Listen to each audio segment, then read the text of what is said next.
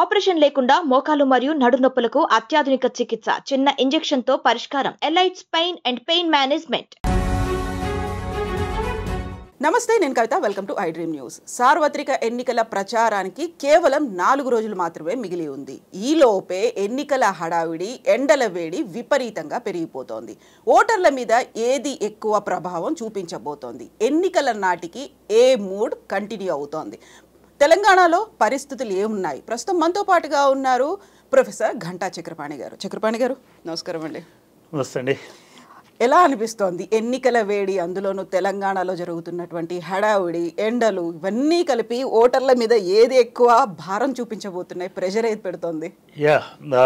నిజానికి గతంలో ఎప్పుడూ లేనంత ఒక ఉక్కపోత ఇప్పుడు ఈ కాలంలో కనబడుతూ ఉంది. దానికి 2 కారణాలు. ఒకటి, ఎండల వేడి, ఉష్ణోగ్రతలు అనేటివి విపరీతంగా పెరిగిపోవడం ఒక ఎత్తు అయితే, రాజకీయ ఉష్ణోగ్రతలు కూడా అదే స్థాయిలో పెరుగుతున్నాయి. ఈ మధ్య ఒక మిత్రుడు ఢిల్లీలో ఉన్నటువంటి ఒక English news paper editor phone చేశారు. ఫోన్ చేసి ఏ వేవ్ నడుస్తుంది, వేవ్ ఎట్లా ఉంది అని అడిగారు. అంటే చాలా వేడిగా ఉంది అని చెప్పాను. హీట్ వేవ్ అయితే చాలా ఎక్కువ ఉంది అంటే, ఎలక్షన్ల వేవ్ ఎట్లా ఉంది. ఆ కన్వర్జేషన్లో అటు చేసి, ఈ హీట్ వేవ్ ఇట్లాగే ఉంటే ఎలక్షన్ ఎట్లా ఉంటుంది, ఏది డామినేటింగ్ ఫ్యాక్టర్, ఏది డామినేట్ ఫ్యాక్టర్ అవుతుంది? ఎందుకంటే నార్త్ ఇండియాలో ఫస్ట్ సెకండ్ ఫేజెస్లో లో ఓటర్ టర్న్అవుట్ అనేది రావడం దానికి ఈ ఎండల ఉష్ణోగ్రత కూడా ఒక కారణము, ఎక్కువ వేడి ఉండడం కూడా ఒక కారణం. దాంతో ఎక్కువ మంది రావట్లేదు అనేటువంటిది ఒకటి వచ్చింది. రెండవది, ఒక ఆర్గ్యుమెంట్ ఏమొస్తున్నది అంటే, అసలు ఎలక్షన్స్ పెట్టడానికి ఇది రైట్ సీజన్ కాదు.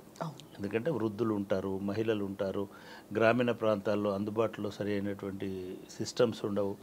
అటువంటప్పుడు ఎలక్షన్స్ అనేటివి బెటర్ ఒక వింటర్ సీజన్లో పెట్టుకుంటే బాగుండని రీసెంట్గా ఒక former ECI election commissioner of India కూడా ఆ ఒపీనియన్ని ఎక్స్ప్రెస్ చేసినారు. అసలు ఎండాకాలం అనేసరికి హాలిడేస్ ఎక్కువ డిక్లేర్ చేస్తుంటారు.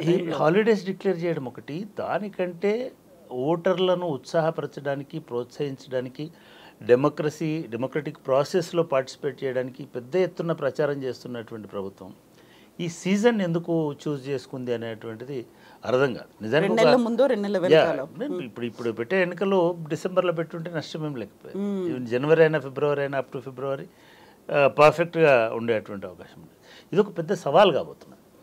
ఈసారి ఇప్పుడే మనం 49, 50, కొన్ని చోట్ల 49+ దాకా ఉష్ణోగ్రతలు అనేటువంటి ఆల్రెడీ స్టార్ట్ అయ్యాయి. ముఖ్యంగా వెల్గటూరు లాంటి కరీంనగర్ జిల్లాలో కానీ, లేకపోతే హైదరాబాద్ కానీ, చుట్టుపక్కల కానీ చాలా పెద్ద ఎత్తున ఉష్ణోగ్రతలు పెరుగుతున్నాయి. ఈ ప్రొజెక్షన్స్ చూస్తే కూడా మన మెట్రలాజికల్ డిపార్ట్మెంట్ వాళ్ళు ఇస్తున్నటువంటి projections, 15 days projections, 1 week projections చూస్తే కరెక్ట్గా ఎన్నికలు జరిగేటువంటి టైంకి ఇంతకంటే ఎక్కువ ఉష్ణోగ్రత నమోదయ్యేటువంటి అవకాశం ఉంది. ఎందుకంటే అది మనం ఇంకా మృగశిరకి ఇంకొక 15 రోజులు, వారం రోజుల ముందు ఇవి జరుగుతున్నాయి కాబట్టి, ఇంకా ఎక్కువ అనుకుంటా జరుగుతున్నాయి కాబట్టి, నెల రోజుల ముందు జరుగుతున్నాయి కాబట్టి, ఈ ఉష్ణోగ్రతలు అనేటివి రోహిణిలో రోకాండలో బగిలేటువంటి స్థాయిలో ఉండేటువంటి ప్రమాదం అయితే ఖచ్చితంగా కనబడుతుంది. ఇటువంటి పరిస్థితుల్లో ఓటర్ టర్న్అవుట్ ఎట్లా ఉంటుంది అనేటువంటిది నిజంగా కూడా ఆసక్తికరమైనటువంటి అంశం. ఎందుకంటే మన దగ్గర ఎప్పుడు చూసినా కూడా 65-70% మధ్యలో పోలింగ్ జరిగేటువంటి వాతావరణం నుంచి ఈసారి 60కి లోపల లేదా 60 వరకు పోలయ్యేటువంటి పరిస్థితి అయితే కనబడుతుంది. ఒకవేళ కనుక లో టర్న్అవుట్ ఉంటే ఎట్లా జరుగుతుంది? మీకు లాస్ట్ ఎలక్షన్స్లో, అంటే లాస్ట్ పోయిన విడత, 2వ విడత, ఇవాళ 3వ విడత జరుగుతుంది. 2వ విడతలో జరిగినటువంటి పోలింగ్లో ఒక్క పశ్చిమ బెంగాల్ మినహా ఎక్కడ కూడా 60 దాటలేదు, 65 దాటలేదు. తర్వాత ఎలక్షన్ కమిషను ఏదో ఇంకో 3% అటు ఇటు అడ్జస్ట్ చేసి ఏదో చేసినట్టున్నారు తప్ప, అఫీషియల్గానైతే 60-62 మధ్యలోనే, 63 మధ్యలోనే పోలింగ్ జరిగింది. బెంగాల్లో ఎందుకు అని అంటే, అక్కడ ఒక యాక్టివ్, వైబ్రెంట్ పొలిటికల్ నెరేటివ్ నడుస్తుంది కాబట్టి, తృణమూల్ కాంగ్రెస్, బీజేపీ పోటాపోటీగా ఉన్నాయి కాబట్టి అక్కడ మాత్రం కొద్దిగా ఎక్కువ ఓటింగ్ అనేటువంటిది, ఓటింగ్ శాతం అనేది నమోదైంది. సరే, ఇక్కడ ఎట్లా ఉంటుంది? ఇక్కడ ఇప్పుడున్నటువంటి వాతావరణం చూస్తే చాలా 3 పార్టీలు పోటాపోటీగా ప్రచారంలో ఉన్నాయి. నిజానికి ఎవరిని తీసేటువంటి అవసరం లేదు. మీరు వస్తున్నటువంటి విజువల్స్, జనంలో ఉండేటువంటి క్యూరియాసిటీ, ఆసక్తి, ఇవన్నీ గమనించినప్పుడు ఒక వైబ్రేషన్ అంటాం కదా, ఈ వైబ్రేషన్ గమనించినప్పుడు మీకు బీఆర్ఎస్ పార్టీ ఇంత తక్కువ కాలంలోనే మళ్ళీ ఒక ఊపులోకి వచ్చిందా అనేటువంటి అనుమానం కలుగుతుంది. కేసీఆర్ గారు నిజంగా కూడా చాలా ఆశ్చర్యకరమైనటువంటి రీతిలో ఒక నెల రోజులు 2 నెలలు 3 నెలలు ఎవరికి కనబడినటువంటి కేసీఆర్ సడన్గా మళ్ళీ సుదీర్ఘ యాత్రలు చేస్తున్నాడు. వరుసగా జిల్లాలు ఒకరోజు 3 మీటింగులు 2 మీటింగులు ప్లస్ వేలాది మంది విపరీతమైనటువంటి జన సందోహం కనబడతా ఉంది. రాత్రులు కూడా అదే జిల్లాల్లో పడుకుంటూ రాత్రులు అక్కడే పడుకుంటున్నారు, నెక్స్ట్ డే మార్నింగ్ మొదలు పెడుతున్నారు, మళ్ళీ మధ్యాహ్నం కాసేపు రెస్ట్ తీసుకుంటున్నారు, మళ్ళీ నైట్. అంటే ఈ వాతావరణం ఒకటైతే, రెండవది ఈసారి BRS party social media campaign కూడా చాలా ఉధృతం చేసింది.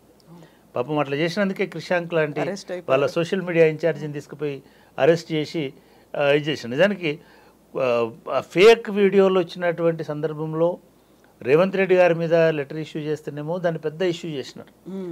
ఎట్లా వీడియోలు ఇష్యూ, మరి అటువంటి ఫేక్ లెటర్, ఇది వీడియో కూడా కాదు, అది ఫేక్ ఒరిజినల్ కూడా తెలియదు. యూనివర్సిటీ పిల్లలేమో అది ఒరిజినల్ అంటున్నారు. అయినా కూడా క్రిషాంక్ని తీసుకుపోయి లోపలికి వేసినారు. అయినప్పటికీ కూడా బీఆర్ఎస్ సోషల్ మీడియాలో లేదా మిగతా మాధ్యమాలలో తన ప్రచార ఉధృతిని అదేవిధంగా కొనసాగుతుంది. కేసీఆర్కు తోడుగా హరీష్ గారు అదేవిధంగా కేటీఆర్ గారు ఇద్దరు కూడా ఉధృతమైనటువంటి స్థాయిలో ప్రచారం చేస్తున్నారు. అయితే మనం గమనించవచ్చు, గతంలో లాగా హెలికాప్టర్లో లేకపోతే మిగతాదో ప్రిపేర్డ్ వేదికలో కాకుండా 6 తర్వాత వద్దు నేను వెళ్ళిపోవాలని చెప్పేది కూడా కాదు, అట్లాంటిది కాకుండా ఇప్పుడు పూర్తి స్థాయిలో ర్యాలీలు, రోడ్ షోలు, కార్నర్ మీటింగ్స్, జనములు కలిసిపోయేటువంటి వాతావరణం చూస్తున్నాం. ఇది అసెంబ్లీ ఎన్నికల టైంలో కనిపించలేదు, అది మిస్ అయింది. ఎస్ అసెంబ్లీ ఎన్నికల్లో చాలా హై ప్రొఫైల్ క్యాంపెయిన్ నడిచింది. ఎక్కువ హెలికాప్టర్ దిగుత హెలికాప్టర్ అనే స్థాయిలో నడిచింది. ప్లస్ ఎక్కువ సభలు కూడా అనుకోవచ్చు, ఎక్కువ ప్రచారం, ఎక్కువ ఒత్తిడి, ఎక్కువ సభలు. అదేమో వాళ్ళ గవర్నమెంట్ని ఏర్పాటు చేయడానికి తీసుకోవాల్సిన ఛాలెంజ్. కాబట్టి ప్రచారం అనేది అదేమో ఒక సిస్టమేటిక్గా ఒక షెడ్యూల్ ప్రకారం జరిగింది. ఈసారి అట్లాగా మీరు ఆశ్చర్యపోతున్నారు. మనకు చాలామందికి చాలా ఆశ్చర్యం కలిగించేటువంటి అంశం ఏమిటంటే, కేసీఆర్ గారు హోటల్లో కూర్చొని ఛాయ్ తాగుతున్నారు, పకోడీ తింటున్నారు, పకోడితో మాట్లాడుతున్నారు. అంటే అసలు ఎవరిని కలవనటువంటి కేసీఆర్, ఎవరికి అవకాశం అయినట్టు కలవడానికి అవకాశం అయినటువంటి కేసీఆర్ ఇవాళ అవకాశాన్ని సద్వినియోగం చేసుకొని ప్రతి ఒక్కరితో మాట్లాడుతున్నారు, పలకరిస్తున్నారు. అదేవిధంగా చిన్నపిల్లలతో మాట్లాడుతున్నారు, చిన్నపిల్లలను ఉత్సాహపరుస్తున్నారు, ఆయన ఉత్సాహం పొందుతున్నారు. ఇదంతా ఒక లెవెల్ జరుగుతుంది. రెండవది, కేసీఆర్ శైలిలో కూడా మార్పు వచ్చింది. ఇంతకుముందు నేను చెప్పిందే వేదం అనేటువంటి పద్ధతిలో మాట్లాడేవారు. ఆయనే సర్వం తెలంగాణ ఉద్యమం నుంచి మొదలుపెట్టి పునర్నిర్మాణం దాకా చెప్పేవారు.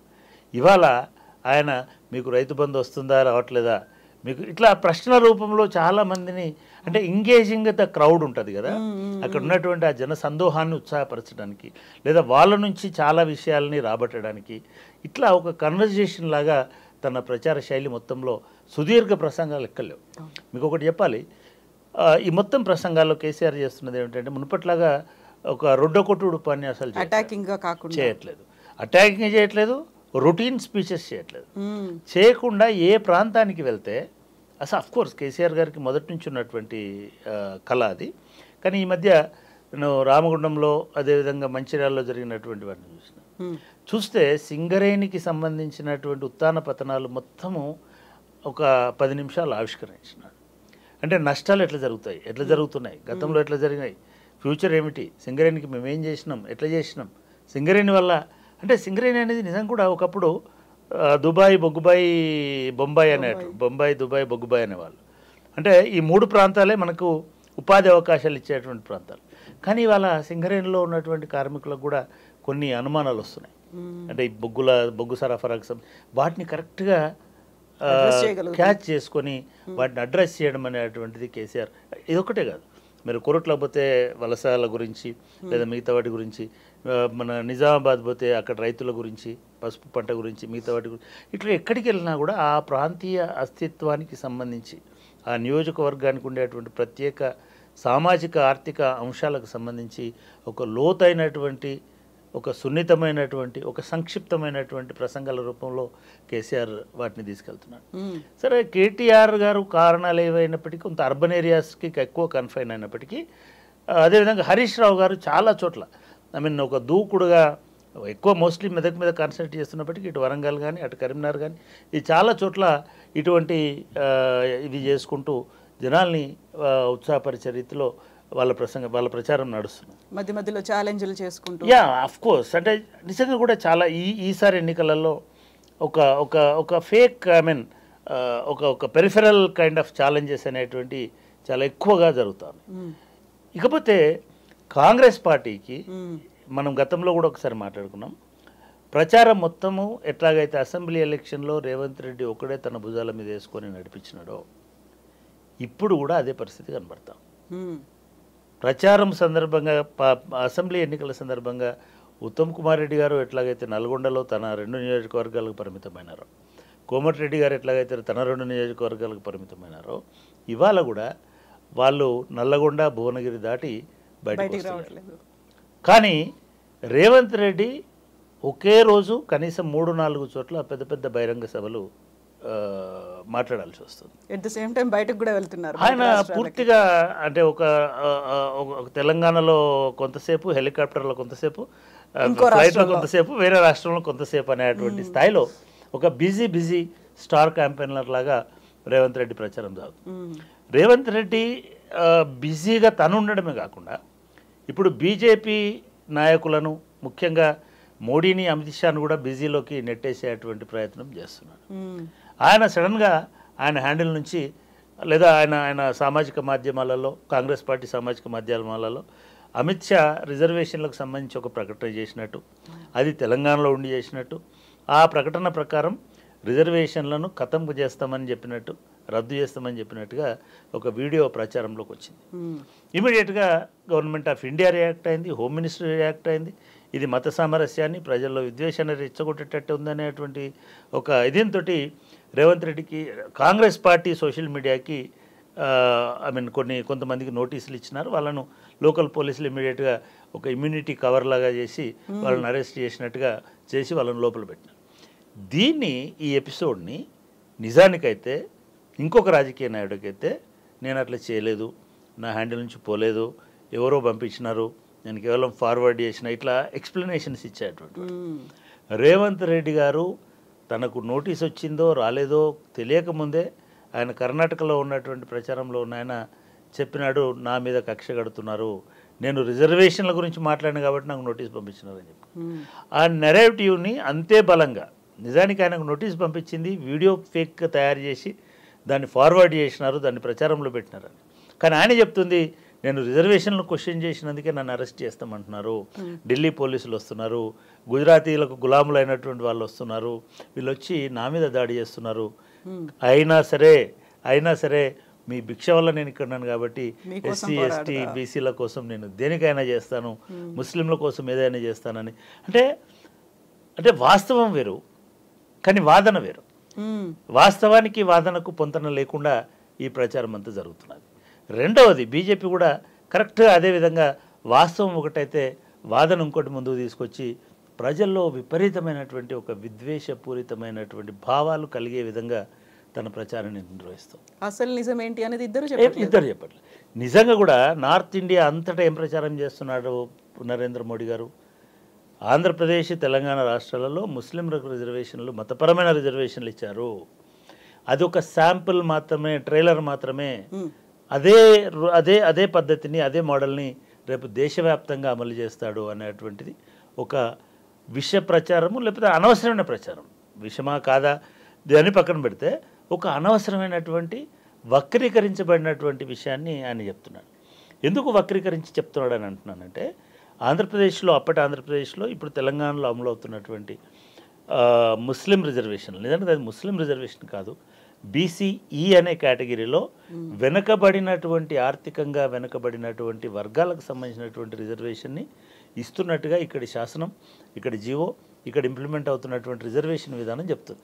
కానీ బీజేపీ ఏం ప్రచారం చేస్తుంది? వీళ్ళు ముస్లింలందరికీ రిజర్వేషన్లు ఇస్తున్నారు, దీనివల్ల హిందువులలో ఉన్నటువంటి వాళ్ళకి రిజర్వేషన్లు తగ్గిపోతున్నాయి. నిన్న అమిత్ షా కూడా ఆ రిజర్వేషన్లు రద్దు చేసి మేము ఇక్కడ పంచుతామన్నా. వాళ్ళకి ఇచ్చినటువంటి 4% రిజర్వేషన్లు ఎవరికి పంచుతావు? నిజంగానే నీకు పంచాలనే కోరికుంటే, నువ్వు పంచాలనేటువంటి సిన్సియారిటీ ఉంటే, ఈ తెలంగాణ రాష్ట్రంలో 52% బీసీలు ఉన్నారు, 52 పైన బీసీలు ఉన్నారు, 18% ఎస్సీలు ఉన్నారు. ఇప్పుడు లెక్క ప్రకారం 8% దాకా 10% దాకానో ఎస్టీలు ఉన్నారు. అసలు ఇంకా other than SC ST BC minorities తెలంగాణలో ఉన్నటువంటి ఓసీ పాపులేషన్ అనేది, అదర్ కాస్ట్స్ పాపులేషన్ అనేది జస్ట్ లెస్ దెన్ 10%. ఇది మన హౌస్ హోల్డ్ సర్వేలో తెలిసిన లెక్క. అదేవిధంగా శ్రీకృష్ణ కమిటీ వాళ్ళ ఎక్సర్సైజ్లో కూడా సోషియో ఎకనామిక్ డెమోగ్రఫిక్ ప్రొఫైల్లో రాసినటువంటి విషయం. ఈ 10% మందికి కూడా ప్రయోజనం కలిగినటువంటి రిజర్వేషన్, లేదా 10% ఇప్పుడు ఇంకొకటి, ఎప్పుడైతే ఓసీలకు కూడా ఓసీ జనరల్ కేటగిరీలో కూడా రిజర్వేషన్ ఇంప్లిమెంట్ చేశారో, ఈడబ్ల్యూఎస్ అంటున్నారు దాన్ని, ఎకనామికలీ వీకర్ సెక్షన్స్ అని అంటున్నారు, వాళ్ళకి 10% రిజర్వేషన్ గవర్నమెంట్ ఆఫ్ ఇండియా ఇచ్చింది. అది మన రాష్ట్రంలో కూడా అమలు అవుతున్నది. అంటే ఇప్పుడు 50% కాదు రిజర్వేషన్, అది 69% రిజర్వేషన్ ఈ దేశంలో అమలు అవుతున్నది. ఈ 69.5%, ఆల్మోస్ట్ 70%, ఈ ఆల్మోస్ట్ 70% రిజర్వేషన్ 100% పీపుల్కి వాళ్ళ ఆస్పిరేషన్స్ని క్యాటర్ చేస్తున్నప్పుడు ఎవరు పట్టించుకుంటారు? రిజర్వేషన్ల గురించి ఎందుకు చేస్తున్నారు? అంటే ఇది రిజర్వేషన్లకు సంబంధించిన సమస్య కాదు. మోడీ కానీ, అమిత్ షా కానీ, బీజేపీ కానీ, ఇది పోలరైజేషన్కి సంబంధించిన సమస్య. ముస్లింలు గతంలో ఉండేది, ఎస్సీలకు రిజర్వేషన్లు ఇచ్చారు, వాళ్ళకు దోచిపెడుతున్నారు, వాళ్ళని మేపుతున్నారు, వాళ్ళు పందికొక్కుల్లాగా తింటూ బతుకుతున్నారు, హాస్టల్స్ పెట్టినారని 70sలో విపరీతమైన వాదన ఉండేది. సేమ్ కైండ్ ఆఫ్ వాదన ఇవాళ ముస్లింలకు పెడుతున్నారు, ముస్లింలు దోచేస్తున్నారు, ముస్లింలకు రిజర్వేషన్లు ఇస్తున్నారు. ఇదంతా ఎందుకంటే హిందువులను ఒకటి చేయడానికి, లేదా హిందువులలో ఒక బీజేపీ పట్ల ఒక సాఫ్ట్ కార్నర్ తీసుకురావడానికి ఇది మొదలుపెట్టి.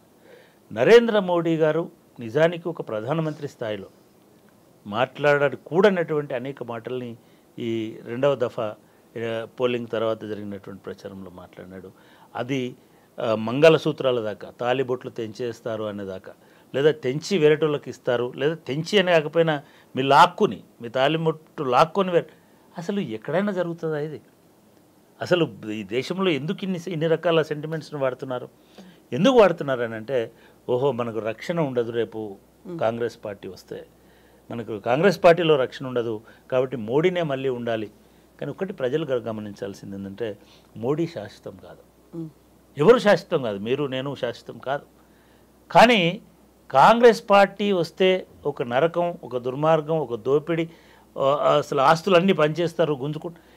అసలు కాంగ్రెస్ పార్టీ మరి ఈ దేశాన్ని 50 సంవత్సరాలు పరిపాలించింది. ఈ 50 సంవత్సరాలలో ఎవరి మంగళసూత్రాలు తీసి ఇంకోళ్ళకి ఇవ్వలేదు, ఎవరి ఆస్తులు ఇంకోళ్ళకి లేదు, ఆస్తులు ట్రాన్స్ఫర్ చేయడానికి కూడా ఒక చట్టం ఉంటుంది. కానీ ఇట్లాంటి ఒక ఫేక్ ప్రచారం వల్ల జనాలలో ఒక రకమైనటువంటి భయభ్రాంతులను, లేకపోతే ఒక రకమైనటువంటి అభద్రతను కలిగించేసి, ఆ అభద్రత పూరితమైనటువంటి మైండ్ భద్రతను కోరుకునే రకంగా, సెక్యూరిటీని కోరుకునే రకంగా, మోడీని కోరుకునే రకంగా ఒక డిజైన్డ్ ప్రాపగండా అనేటువంటిది భారతీయ జనతా పార్టీ చేస్తుంది. నిజంగా ఇవాల్టి వరకు భారతీయ జనతా పార్టీ స్థానికంగా ఏం చేస్తుంది అనేటువంటి విషయాలని నిజంగా ఒక 2, 3, 4 కాన్స్టిట్యున్సీస్ హైదరాబాద్ చుట్టూ ఇప్పుడు బలంగా భారతీయ జనతా పార్టీ గెలవబోతుంది అని చెప్తున్నటువంటి 4 సీట్లు హైదరాబాద్లో ఉన్నాయి. 1 సికింద్రాబాద్, 2 హైదరాబాద్, 3 మల్కాజ్గిరి, 4 చేవెళ్ళ. 4 పార్లమెంట్ అంటే ఒక రాష్ట్రంతో సమానం. గోవా లాంటి, లేదా నార్త్ ఈస్ట్లో 2-3 రాష్ట్రాలతో కలిపి ఒక హైదరాబాద్. ఇది హైదరాబాద్లో ఇప్పటికీ 430 సంవత్సరాల నుంచి, లేదా ఒక 430 సంవత్సరాల పాటు, 480 సంవత్సరాలు, 500 సంవత్సరాలు ఎగ్జిస్టెన్స్ ఆఫ్ హైదరాబాద్ అనుకుంటే, ఒక 450 సంవత్సరాలు దాదాపుగా ముస్లింలు పరిపాలించినారు. అయినా సరే 15% కూడా దాటలేదు కదా ముస్లిం జనాభా మొత్తం హైదరాబాద్ స్టేట్లో. అంటే ఈ ముస్లింలు వస్తే మొత్తం దోచుకుంటారని అనుకుంటే, నిజంగా గోల్కొండ ఖిలా మీద కాకతీయులు పూజించినటువంటి దేవుళ్ళ గుళ్ళు ఇప్పటికి కూడా ఉన్నాయి కదా, వాళ్ళు ఏం కూలగొట్టలేదు కదా. బోనాలు ఎవ్రీ సంవత్సరము నిజాం కూడా పార్టిసిపేట్ చేసినటువంటి సందర్భాలు ఉన్నాయి కదా. కాకపోతే ఇదంతా ఏంటంటే, మన ఎదుటివాడి శత్రువు అని అంటే మన వాళ్ళందరూ ఒకటి ఇకట్ట అవుతారు, ఇకట్ట అయి మన వాళ్ళని గెలిపించుకోవాలి. ఇటువంటి విద్వేషం ఒక రాజాసింగ్ లాంటి సందర్భంలోనూ ఇంకో చోట నడుస్తుంది. కానీ మీరు ఒక పెద్ద విశాలమైనటువంటి హైదరాబాద్ చుట్టూ దీన్ని చేయాలని చూస్తున్నాం. మనం లాస్ట్ టైం కూడా మాట్లాడుకున్నాం. అందులో భాగంగానే ఇప్పుడు ఒక మోస్ట్ అట్రాక్టివ్ క్యారెక్టర్ని, మాస్గా దీన్ని ఉండేటువంటి క్యారెక్టర్ని తీసుకొచ్చి హైదరాబాద్ ఎన్నికల్లో ప్రచారానికి పెట్టినారు. మీరు హైదరాబాద్ ఎన్నికల్లో పోటీ చేస్తున్నటువంటి బీజేపీ అభ్యర్థి హావభావాలు గమనించండి, ఆమె రెచ్చగొట్టే పద్ధతి గమనించండి. 2 అంశాలు నేను చెప్తాను. ఒకటి, తను ఇల్లు వెక్కుబెట్టి మసీదు వైపు గురిపెట్టడం అనేటువంటిది నిజంగా కూడా ఈసీ అనేటువంటిది దేశంలో ఉండి ఉంటే అటువంటి చేష్టలకి ఒక అభ్యర్థిని డిస్క్వాలిఫై చేయాలి. ఒక అభ్యర్థిని ఇతర మతాల పట్ల ఆ మత చిహ్నాల పట్ల చూపినటువంటి అగౌరవ భావానికి, అదేవిధంగా ప్రజలని ప్రొవోకేట్ చేసినందుకు గాను ఏమీ అనకుండా ఎత్తేస్తారు రిజర్వేషన్లు అంటేనే ప్రజల మధ్యలో విద్వేషాలు రెచ్చగొడుతున్నాడని రేవంత్ రెడ్డి మీద కదా కేసు పెట్టినారు మీరు పోలీసులు. హైదరాబాద్ పోలీసులు ఎందుకని మాధవీలత మీద, ఇతర మత చిహ్నాల మీద విల్లు ఎక్కుపెట్టి అవమానపరిచే రీతిలో విధ్వంసం చేస్తాను అని చెప్తుంది అని ఎందుకు కేసు పెట్టలేకపోయినారు అనేటువంటిది మొదటి ప్రశ్న. రెండవది, ఎప్పుడైనా ఎన్నికల ప్రచారంలో అభ్యర్థులు అది గురుద్వారా కనబడితే గురుద్వారాకు వెళ్తారు, మసీదు కనబడితే మసీదు పోతారు, అక్కడ టోపీ పెట్టుకుంటారు, ఇంకొక చోట చర్చి కనబడితే చర్చికి వెళ్తారు, అక్కడ ఇది చేసుకుంటారు, ప్రేయర్స్లో ఉంటారు, అదేవిధంగా గుడికి ఆడితే గుడికి వెళ్తారు. You should appreciate Asaduddin Owaisi కరుడుగట్టినటువంటి ముస్లిం అని కదా మీరు ప్రచారం చేస్తున్నారు. ఆయన భారత మాతాకి జయ అనడానికి కదా మీరు చెప్తున్నారు, జై శ్రీరామ్ అనడానికి కదా మీరు చెప్తున్నారు. జై శ్రీరామ్ అనాల్సిన అవసరం లేదు, ప్రతిరోజు భారత మాతాకి జయ అనాల్సిన అవసరం లేదు. ఇతరుల మత అభిప్రాయాలను గౌరవిస్తే చాలు కదా. ఆయన నిన్న హైదరాబాద్లో ఒక టెంపుల్కి వెళ్ళి అక్కడి టెంపుల్ పూజారి ఆయనకి ఒక కాషాయ కండువా కప్పితే వినమ్రంగా దాన్ని తీసుకొని ఆశీర్వాదాలు తీసుకొని వచ్చినందుకు హిందువులుగా నువ్వు గర్వపడు, హిందువుగా నువ్వు సంతోషపడు. కానీ ఏమంటుంది వాళ్ళ ఆమె, నిన్ను గుడి మెట్లు ఎక్కించిన రేపు ఇంకొక చోటుకి ఎక్కిస్తా నీ అంత. సరే, గుడి మెట్లు ఎక్కితే ఆశీర్వాదం తీసుకుంటే ఒక ముస్లిం, మీరే చెప్తున్నారు కదా అల్లా తప్ప ఇంకెవడు దేవుడు లేడు, అల్లాహు అక్బర్ అని చెప్తున్నారు కదా. మరి ఇంకో దేవుడిని కూడా టాలరేట్ చేస్తున్నాడు కదా, ఇంకో దేవుడు ఆశీర్వాదం కూడా తీసుకున్నాడు కదా. మీరు దాన్ని యాక్సెప్ట్ చేస్తే నష్టం ఏమిటి? తీసుకొచ్చాం కదా, లేదా ఒక విజయం సాధించామనేది ఉంది కదా. ఒక్కటి గుర్తుపెట్టుకోండి, ఒక పరమత సహనం అనేటువంటిది వ్యక్తి భావనలోంచి వస్తుంది. నువ్వు తీసుకొస్తే రాడేవాడు, నువ్వు తీసుకొస్తే నువ్వు మసీదుకు పోయి కూర్చోలేవు. నీ మనసులో ప్యూరిటీ ఉంటే, నీ మనసులో స్వచ్ఛత ఉంటే మసీద్ అయినా, చర్చ్ అయినా, గురుద్వారా అయినా, గుడి అయినా. ఈ దేశంలో ఒక ముస్లిమో, ఒక క్రిస్టియనో, ఒక సిక్కో వచ్చి మీ దేవాలయాల్లో ఆశీర్వాదం తీసుకుంటామంటే సంతోషించాలి, గర్వపడాలి. అదేవిధంగా ఏ హిందువు అయినా సరే ఒక మసీదులో పోయి దువా తీసుకోవడము, లేకపోతే ఒక చర్చికి పోయి ఆశీర్వాదం తీసుకోవడం అనేటువంటిది ఏం తప్పు కాదు. ఇది మన పరమత సహనానికి లేదా మనలో ఉండేటువంటి బ్రాడ్ మైండ్కి ఒక గుర్తింపు తప్ప, ఇప్పుడు దాన్ని కూడా ప్రచారంలో వాడుకొని మేము మెడలు వంచినాం, తలలు వంచినాం అని అంటే ఇది చాలా చాలా భారతీయ జనతా పార్టీకి నష్టం కలిగించేటువంటి దిశగా పోతుంది. మాధవీలతని కేవలం ఏంటంటే ఇప్పుడు ఈ హైదరాబాద్లో చేస్తున్నటువంటి హల్చల్తోటి అటు కొంచెం మల్కాజ్గిరిలో, ఇటు కొంచెం సికింద్రాబాద్లో, అటు కొంచెం చేవెలలో ఇంపాక్ట్ ఉంటుందేమో అనేటువంటి ఉద్దేశంతో వాళ్ళు ఇటువంటి వాటన్నిటిని ప్రొజెక్ట్ చేయడం జరుగుతుంది. సో ఇప్పుడు రేవంత్ రెడ్డి చేస్తున్నటువంటి సరికొత్త ప్రచారం గాడిద గుడ్డు అనేది, ఇప్పుడు రిజర్వేషన్లు ఇవన్నీ అయితే ఒక రకమైనటువంటి చర్చ దాకా వచ్చినప్పుడు ఇంట్రెస్టింగ్ అంశాలుగా ఏమైనా కనిపిస్తున్నాయి? ఒక గాడిద గుడ్డుని ప్రొజెక్ట్ చేయడం ఒకటి, ఆ తర్వాత కేసీఆర్ ఏమో ఎప్పుడు కనిపించినంతగా ర్యాలీలు, కార్నర్ మీటింగ్లు ఇవన్నీ చేసిన తర్వాత బీజేపీ పెడుతున్నటువంటి ఫోకస్ 3 ప్రధానమైనటువంటి పార్టీలు, త్రిముఖ పోరు కనిపిస్తోందా, లేకుంటే ఎవరెవరికి ఎన్ని సీట్లు వస్తాయి? చర్చ అంతా ఇప్పుడు ఇటువైపు వచ్చేసింది కదా. అంటే మనం ఇందాక చెప్పుకున్నట్టుగా ఒక ఈసారి ఎన్నికల్లో ఒక అసహజమైన ఒక ఫేక్ ప్రచారం మీద ఈ ఎలక్షన్ క్యాంపెయినింగ్ అంతా నడిపిస్తున్నారు. ఒకటి మనం ఇందాక చెప్పుకున్నట్టుగా ఫేక్ వీడియోస్, అన్ని రకాల చోట్ల అన్ని ఫేక్ వీడియోలు, ఫేక్ సర్క్యులర్లు ఇవన్నీ తిరుగుతున్నాయి. రెండవది ఏం చేస్తున్నారని అంటే అసలు లేని భావనని, నిజానికి కూడా భారతీయ జనతా పార్టీ ఈ జన్మ కాదు ఇంకో జన్మ వచ్చినా కూడా ఎస్సీ ఎస్టీ బీసీల రిజర్వేషన్లు తొలగించదు. ఇది ఆర్ఎస్ఎస్ చీఫ్ మోహన్ భగవత్ చెప్తున్నాడు, అదేవిధంగా ప్రధానమంత్రి చెప్తున్నాడు, అదేవిధంగా అమిత్ షా చెప్తున్నాడు. వాళ్ళు వచ్చి నా ప్రాణం ఉన్నంత వరకు కూడా నేను రిజర్వేషన్లు తీసేయను అంటున్నాడు. నెక్స్ట్ మీటింగ్లో కాంగ్రెస్ పార్టీ రేవంత్ రెడ్డి గారు ఏం చెప్తున్నారు, వాళ్ళు రిజర్వేషన్లు తీసేస్తారని చెప్పి. అంటే తీసేయమని చెప్పిన వాళ్ళను నమ్మకుండా తీసేస్తారని చెప్పిన వాళ్ళని ఎందుకు నమ్మాలి? లేదా తీసేయమని రాజ్యం చేస్తున్న వాళ్ళు లేకపోతే అధికారంలో ఉన్న వాళ్ళు చెప్తున్నప్పుడు ఇటువంటి ఒక ఫేక్ నరేటివ్ ఎందుకు వస్తుంది? అంటే రియల్ ఇష్యూస్ని పక్కన పెట్టి, రియల్ ఇష్యూస్ని పక్కన పెట్టి ఒక న్యూ నెరేటివ్ని డెవలప్ చేయడం వలన జనం దాని మీదనే మాట్లాడుకుంటారు, మనం ఇచ్చినటువంటి హామీలను మర్చిపోతారు, వాటిని అడగరు అనేటువంటి ఒక ఆలోచన కూడా దీని వెనుక ఉన్నదని అనుకోవచ్చు. ఎందుకంటే ఎలక్షన్ ప్రచారం పోయినప్పుడు మీరు చూడండి, లాస్ట్ 6 నెలల్లో జరిగినటువంటి 5 నెలల్లో జరిగినటువంటి పరిణామాలు చూస్తే ఒక నెలన్నర 2 నెలలు మేడిగడ్డ అనేటువంటిది చాలా పెద్ద ఎత్తున మీడియా అట్లనే చేసింది. ఈ మధ్య ధ్రువరాతి చాలా బాగా నచ్చుతున్నాడు, ఒక్కొక్క న్యూస్ పేపర్ అన్నీ ఏకి వదిలేస్తున్నాడు. సో అట్లా మీడియా ఇంకేమీ లేదు ప్రపంచంలో. అసలు ఇక్కడ రైతులు లేరు, బాధలు లేవు, కష్టాలు లేవు, పెన్షన్ లేవు, ఇవేవి మాట్లాడకుండా మేడిగడ్డ కుంగింది, కూలింది, వరిగింది. ఇవాళ ఏమొచ్చింది న్యూస్ పేపర్లో? అది కాంట్రాక్టర్ చేసినటువంటి తప్పిదం, కాంట్రాక్టర్ లోపం, దాన్ని సవరించవచ్చు అనేటువంటి మాటని కేంద్ర జలవనరుల సంఘం వేసినటువంటి కమిటీ చెప్పింది. రెండవది లంక బిందెలు, ఖాళీ కుండలు ఇవన్నీ పోయాయి. ఎక్కువసేపు మీడియా అటెన్షన్ ఒక 50 రోజులు 60 రోజులు పూర్తిగా మేడిగడ్డ దీని మీద పోయింది.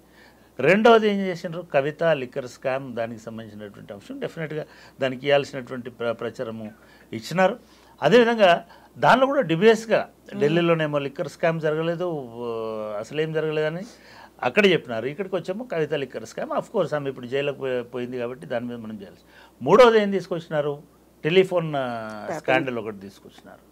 టెలిఫోన్లు అన్నీ వింటున్నారు, హీరోయిన్లే వింటున్నారు, భార్యలే వింటున్నారు, భర్తలే. ఇక యూట్యూబ్ ఛానల్ అయితే వాడే పోయి అక్కడ విన్నట్టుగా ఫలానా హీరోయిన్కి విడాకులు ఇప్పించినారు, ఫలానా హీరోతోటి, ఈ లెవెల్ దాకా దాన్ని తీసుకెళ్ళి మొత్తం 40 రోజుల ప్రచారం అంతా మీడియాను పూర్తిగా ఎంగేజ్ చేసి, మీడియాను పూర్తిగా తన వైపు తిప్పుకొని ఒక రకమైనటువంటి ప్రచారం నడిచింది. ఎక్కడ కూడా హామీలు, ఎన్నికలు లేదా ఎన్నికలకు ముందు ఇవ్వాల్సిన హామీలు, సంక్షేమము, అభివృద్ధి, ఈ అంశాలు జరగలేదు.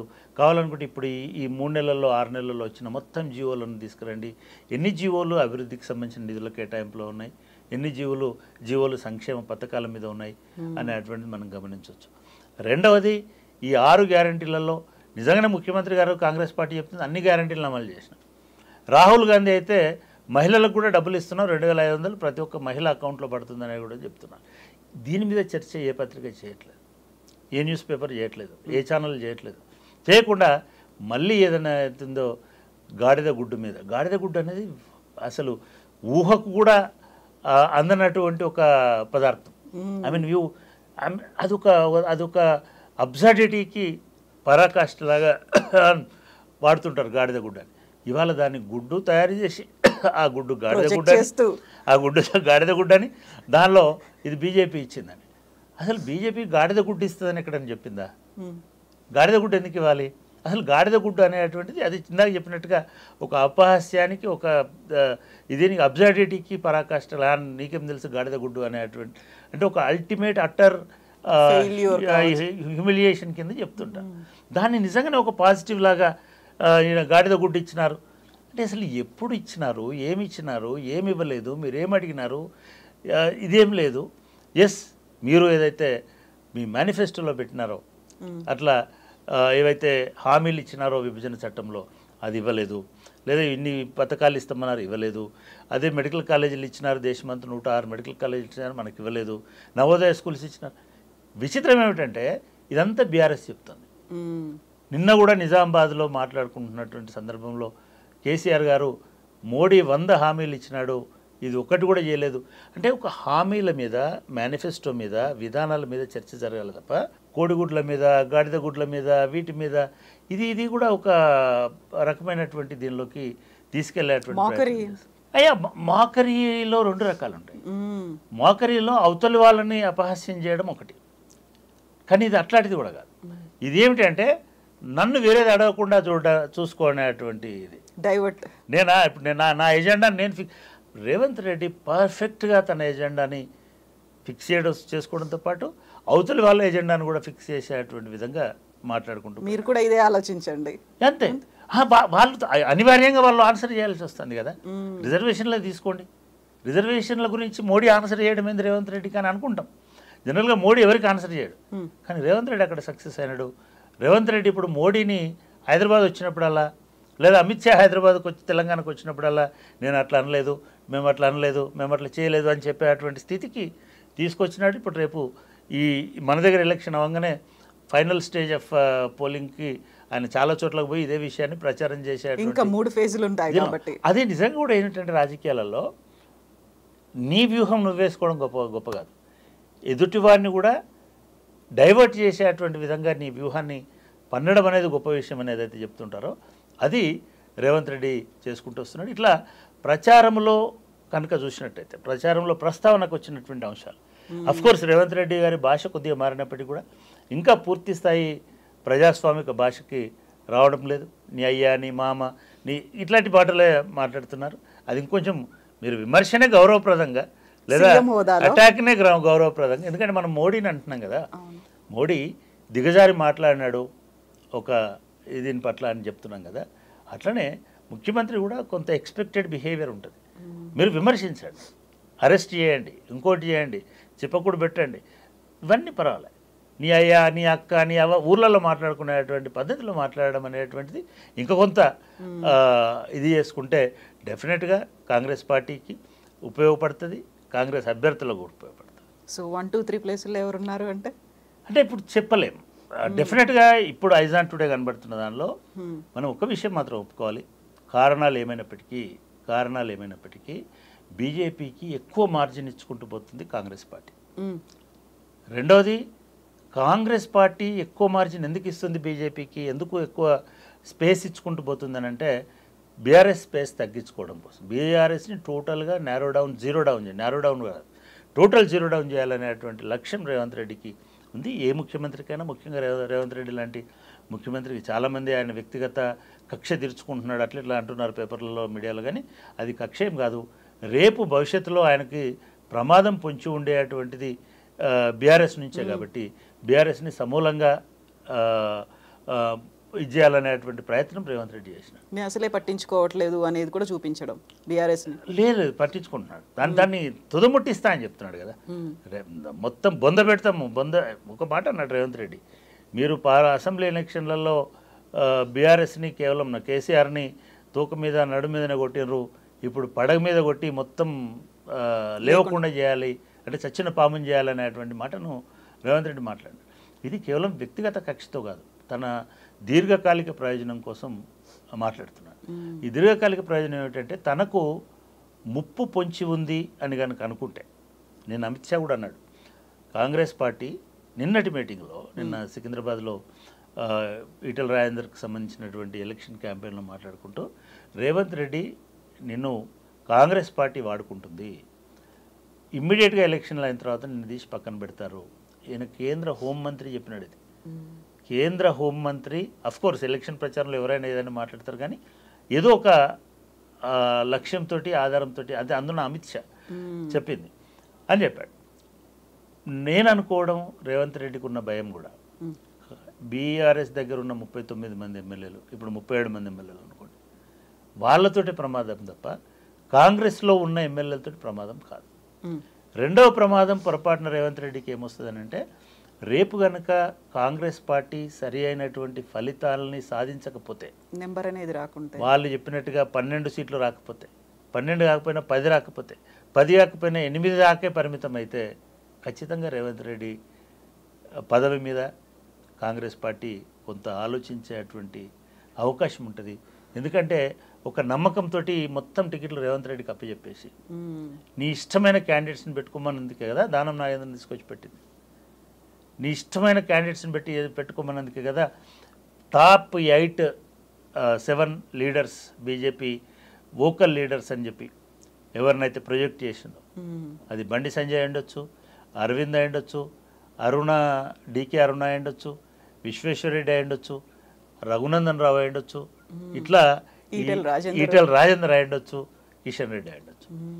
వీళ్ళను గెలిపించి తీరాలనేటువంటి సుపారీ వచ్చినందుకే కదా ఇప్పుడున్నటువంటి ఎన్నికలలో ఇన్ని రకాలైనటువంటి సమస్యలు కనబడతా ఉన్నాయి. ఇది ఎవరిచ్చిన సుపారీ, ఎవరికిచ్చిన సుపారీ అనేటువంటిది మనం ఇప్పుడు ఊహించలేం. ఎలక్షన్స్ అయిపోయిన తర్వాత వారం రోజులకు, ఫలితాలు వచ్చిన తర్వాత 10 రోజులకు మనకు దీనికి సంబంధించినటువంటి సమగ్రమైనటువంటి విశ్లేషణ, చర్చ డెఫినెట్గా కాంగ్రెస్ పార్టీలో జరుగుతుంది, రాష్ట్రంలో జరుగుతుంది. ఇకపోతే బీఆర్ఎస్కి ఎటువంటి అవకాశాలు ఉన్నాయి అంటే, మనకు బాగా చితికిపోయింది, పడిపోయింది అని అన్నటువంటి పార్టీ, లేదా రేవంత్ రెడ్డి గారి పరిభాషలో చెప్పాలనుకుంటే బొంద గొయ్యి తీసి లోపల పాతిపెట్టినమనేటువంటి దానిలోంచి మళ్ళీ శవంలోని బేతాళుడిలాగా మళ్ళీ వచ్చేసి అనేక రకాలైనటువంటి ప్రశ్నల్ని బీఆర్ఎస్ పార్టీ చాలా పకడ్బందీగా సంధిస్తున్నది. మీరు కేసీఆర్ ప్రచారంలో ఈ ప్రశ్నలే ఎక్కువ మందిని ఉత్సాహపరుస్తున్నాయి వస్తుంది. అయినప్పటికీ కూడా నేను అనుకోవడం, మనం గతంలో కూడా మాట్లాడుకున్నాం, ఖచ్చితంగా బీఆర్ఎస్ అనే అస్తిత్వం ఉంటుంది, కానీ ఇమ్మీడియట్గా దాన్ని ప్రూవ్ చేసుకునేటువంటి అవకాశము ఉండదని నేను అనుకుంటున్నాను. ఎందుకంటే ఇప్పుడున్నటువంటి ఎన్నికలలో మీరు గమనించండి, కాంగ్రెస్ పార్టీకి ఇంటాక్ట్గా వాళ్ళ స్థానాలు ఉన్నాయి.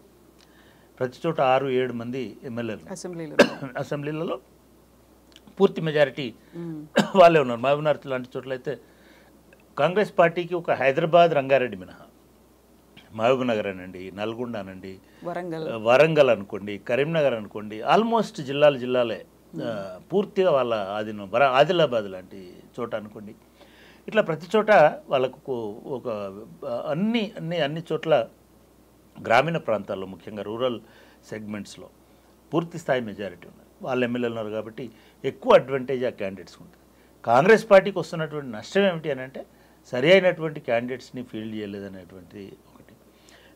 దానికి భిన్నంగా బీఆర్ఎస్కు ఉన్నటువంటి బలము బలహీనత ఏమిటంటే, బీఆర్ఎస్ బలం ఎంటైర్ క్యాంపెయిన్లో బీఆర్ఎస్ చెప్తుంది ఏమిటి అని అంటే కాంగ్రెస్ పార్టీకి పరిపాలన చేత కావడం లేదు, నీళ్లు రావడం లేదు, కరువు వచ్చింది, కాళేశ్వరం నుంచి రావాల్సినటువంటి వాటిని కిందికి వదిలేసినారు. ఇప్పుడు ఈ కరువుకి కారణం కాంగ్రెస్ పార్టీ. రెండోది పవర్ ఆగిపోతుంది, ఎలక్ట్రిసిటీ లేదు, సప్లై లేదు, దీనికి కారణం కాంగ్రెస్ పార్టీ. రైతు బంధు రాలేదు, రైతు బీమా రాలేదు, లేదా ఇంకోటి రాలేదు. ఇది అదేవిధంగా 6 గ్యారంటీలు, ఈ 6 గ్యారంటీల పట్ల కూడా కాంగ్రెస్ పార్టీ ఇవన్నీ ఒక నెగటివ్గా ఏవైతే 3 నెలల్లో 6 నెలల్లో చేయలేకపోయినారో, లేకపోతే ఏవైతే డెవలప్మెంట్స్ వచ్చినాయో వాటిని పకడ్బందీగా అయితే ఇట్లా వాడుకున్నంత మాత్రాన, లేదా కేసీఆర్ గారు తిరిగినంత మాత్రాన అందరూ పొలమని బీఆర్ఎస్ కోటేస్తారు అనుకోవడానికి అవకాశం లేదు. అయినప్పటికీ కూడా చాలా చోట్ల, ఎందుకు మీరు సికింద్రాబాద్ తీసుకోండి, సికింద్రాబాద్లో పోటీ బీఆర్ఎస్కి కాంగ్రెస్కి మాత్రమే ఉండేటట్టుగా కనబడతా ఉంది. సో ఇట్లా చాలా కాన్స్టిట్యున్సీలలో 2వ స్థానం కోసం కొన్ని చోట్ల మొదటి స్థానం కోసం కూడా ముఖ్యంగా చాలామంది ప్రొజెక్ట్ చేస్తుంది మెదక్ పార్లమెంట్ సెగ్మెంట్ అని. మెదక్ పార్లమెంట్కి సంబంధించి కూడా ఒక బలమైన రెడ్డి, ఇంకొక బలమైన వెలమ, ఇద్దరు అక్కడ పోటీ పడుతున్నారు. దానికి ఇద్దరికి ఒకరికి బలమైన హరీష్ రావు, బలమైన కేసీఆర్ ఇట్లాంటి కాన్స్టిట్యున్సీస్ ఉంటే, ఇంకొకరికేమో ఒక మిగతా సిద్ధాంతం అనండి, లేకపోతే ఆయనగా ఉన్నటువంటి నాయకత్వం అనండి, అదొక బలంలాగా కనబడుతుంది. పాపం ఇటువంటి కాన్స్టిట్యున్సీలలో అక్కడ ఉన్నటువంటి కాంగ్రెస్ అభ్యర్థి కొంత అయోమయంలో, కొంత గందరగోళంలో పడినట్టుగా మనకు అర్థమవుతుంది. కరీంనగర్ పరిస్థితి కూడా అదే. కరీంనగర్ ఇంకా ఇంట్రెస్టింగ్. నిజానికి చాలాసార్లు ఏం చేస్తుంది కాంగ్రెస్ పార్టీ అయినా ప్రతిపక్ష పార్టీ ఎవరైనా సరే, ఒక బలమైన నాయకుడు, పాపులర్ నాయకుడు ఉన్నాడంటే ఆయనకు ఇంకో బలమైన నాయకుడిని వెతికి ముందుగానే ఫీల్డ్ చేసి ప్రచారం చేసుకోవడానికి కొంత స్కోప్ ఇస్తారు. కానీ కరీంనగర్లో ఏం జరిగింది, మీకు ఒక బలమైనటువంటి బండి సంజయ్కి వ్యతిరేకంగా ఫీల్డ్ చేయడానికి, ఒక ప్రత్యర్థిని ఫీల్డ్ చేయడానికి కాంగ్రెస్ పార్టీకి 38 రోజులు 40 రోజులు పట్టింది. నామినేషన్లకి 2 రోజులు, కొన్ని కూడా కాదు, లాస్ట్ డే ఆఫ్ నామినేషన్ ఆయన పోయి అది కూడా ముందు డిసైడ్ చేసుకొని తర్వాత నామినేషన్ వేసి వచ్చి తర్వాత సబ్మిట్ చేసేటువంటి వాళ్ళు. ఎందుకు ఇంత నిర్లిప్తత, ఎందుకు ఇంత నిర్లక్ష్యం జరిగింది అనేటువంటిది ఒకటి. మీరు వరంగల్ కూడా, ఖమ్మం కూడా అదే పరిస్థితి తీసుకొచ్చినారు. వాళ్ళలో వాళ్ళే కృత్రిమంగా పోటీపడి, అదేం నిజమైన పోటీ. మళ్ళీ నిన్న చూస్తే ఇద్దరు ఒకటే వెహికల్లో ప్రచారం చేస్తున్నారు. ఈ పని ఏదో ముందే చేసుకుంటే ఇంకొంచెం ఆయనకు టైం దొరికేటువంటి అవకాశం ఉండేది. అదేవిధంగా పెద్దపల్లి అనేది నిజానికి చాలా ఇంట్రెస్టింగ్ కాన్స్టిట్యున్సీ. ఎందుకంటే పెద్దపల్లి మా కాన్స్టిట్యున్సీ కూడా, నేను కూడా చాలా కీన్గా గమనిస్తున్నటువంటి కాన్స్టిట్యున్సీ. ఆ కాన్స్టిట్యున్సీలో ఒకే కుటుంబము 3 తరాల నుంచి పోటీ చేస్తుంది. 3 generations, తాత ఎంపీ, తండ్రి ఎంపీ, ఇప్పుడు కొడుకు ఎంపీ. ఇది మనం మాట్లాడుకుంటున్నది కాదు, జనం మాట్లాడుకుంటున్నది. జనం అక్కడితోటే కాదు, ఈవెన్ ఎమ్మెల్యేలు పెద్దపల్లి నియోజకవర్గంలో ఉన్నటువంటి 7 నియోజకవర్గాలకు 7 కాంగ్రెస్ పార్టీ గెలిచింది. ఆ 7లో 2 నియోజకవర్గాలు సొంత అన్నదమ్ములే గెలిచారు. వెంకటస్వామి గారి వివేక్ వెంకటస్వామి. ఎందుకంటే వెంకటస్వామి గారు ఆ నియోజకవర్గంలో చాలా కాలం ప్రాతినిధ్యం వహించారు, చాలా డెవలప్ చేసినారు. ఆ కృతజ్ఞత జనాలకు ఉంటుంది. ఎంతవరకు ఉంటుంది అది? ఒక ఎలక్షన్కి ఉంటుంది, 2 ఎలక్షన్స్కి ఉంటుంది. తర్వాత వివేక్ వెంకటస్వామి పోటీ చేసినారు. వివేక్ వెంకటస్వామి తర్వాత ఇప్పుడు రాలేదు. వివేక్ వెంకటస్వామి, వినోద్ వెంకటస్వామి ఇద్దరు కూడా అక్కడ ఎమ్మెల్యేలు ఉన్నారు. మిగతా 5 ఎమ్మెల్యేలతో వివేక్కి ఏమాత్రం పొసగడం లేదు అనేటువంటి వార్తలు, అది ఎంతవరకు నిజం మనకు తెలియదు, ఈ వార్తలు వస్తున్నాయి. ఇవాళ అక్కడ బీఆర్ఎస్ అభ్యర్థిగా ఉన్నటువంటి కొప్పుల ఈశ్వర్ ఒక కొత్త నినాదాన్ని తీసుకొస్తున్నాడు. ఆగర్భ శ్రీమంతుడు కావాలా, భూగర్భ కార్మికుడు కావాలా అని. నిజంగా కూడా ఈశ్వర్ గారు చాలా హంబుల్ సాధారణ కార్మిక కుటుంబం నుంచి వచ్చినవాడు. ఆయన స్వయంగా ఆయన చెప్పినట్టు అండర్ గ్రౌండ్ మైనింగ్ కార్మికుడుగా ఉన్నారు. అక్కడి నుంచి ఆయన రాజకీయ ప్రస్థానం తెలుగుదేశం పార్టీ నుంచి స్టార్ట్ చేసినారు. అప్పటి నుంచి ఎమ్మెల్యేగా ప్రయత్నాలు చేసుకుంటూ మొత్తానికి బీఆర్ఎస్ ప్రభుత్వంలో ఒక మంత్రిగా, వివాదరహితుడిగా, చాలా హంబుల్గా ఉండేటువంటి వ్యక్తిగా పేరు తీసుకున్నారు. సో అటువంటి సందర్భం ఒకటి. అట్లా కరీంనగర్లో కూడా వినోద్ కుమార్ బీఆర్ఎస్ నుంచి, అంటే దాదాపుగా ఆయన 2 సంవత్సరాల క్రితం నుంచే తన ప్రచారాన్ని మొదలుపెట్టినాడు, క్యాంపెయిన్ చేస్తున్నాడు, అందరితోటి కలుస్తున్నాడు. అంటే మహా అయితే ఇట్లాంటి చోట్ల, ఒక కొప్పులేశ్వర్ లాంటి చోట్ల, ఒక వినోద్ కుమార్ లాంటి చోట్ల, లేదా మెదకంటే అఫ్కోర్స్ వాళ్ళ ఓన్ ఫీల్డ్ కాబట్టి, సో ఇట్లాంటి ఒక పాజిటివ్ ట్రెండ్ నిజానికి చాలామంది ఆశిస్తున్నది, ఊహిస్తున్నది ప్రవీణ్ కుమార్ నాగర్ కర్నూలులో బలంగా ఉన్నాడని. కానీ అది ఎంతవరకు నిజంగానే ఆయనకు అక్కడ ఉన్నాడు? ఎందుకంటే అక్కడ ఉన్న ప్రతికూల పరిస్థితి ఏమిటంటే అందరూ ఒకే సామాజిక వర్గానికి చెందినటువంటి కాంగ్రెస్ ఎమ్మెల్యే, దాదాపు మొత్తం కాన్స్టిట్యున్సీ ఎక్సెప్ట్ ఆ 2 ఎస్సీ కాన్స్టిట్యున్సీస్ మినహా. అక్కడ 2 కాన్స్టిట్యున్సీస్ బీఆర్ఎస్ కూడా ఉన్నప్పటికీ కూడా ఈ సమీకరణ రీత్యా ఏం జరుగుతుంది అనేటువంటిది ఒక అంశం.